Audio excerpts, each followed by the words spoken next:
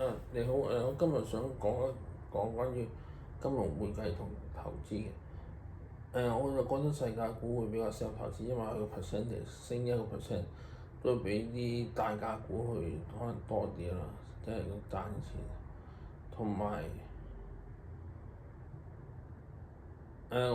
我就唔係好贊成啲金融工具，譬如 financial asset liability 同埋一啲租賃嘅 liabilities 咧，就買 balance sheet，因為買 balance sheet 你一定要用現金去抵消嘅。我就覺得會擺 profit and loss 會好啲，因為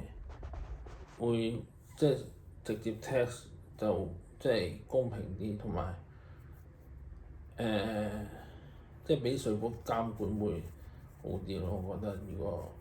擺係 profit and loss，因為你一定要俾稅，同埋我覺得如果你要分散嗰啲風險 systematic risk 就最好買嗰啲政府嘅債券。如果 unsystematic risk 就 diversify 就買一啲期權嗰啲。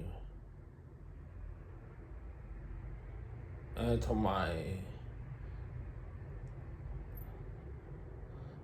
我唔係好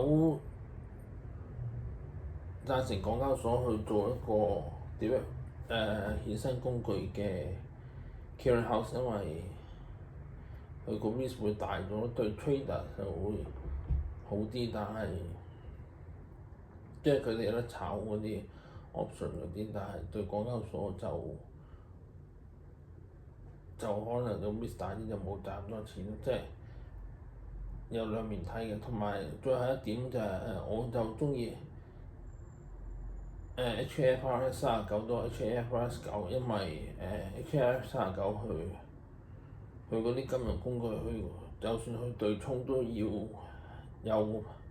percentage，譬如80至125%。但係如果你 HFRS 9咧就冇對沖嗰個限制嘅，即係 percentage。所以我覺得39就穩陣過9，所以就對即係嗰個 risk 冇咁大咯，我覺得。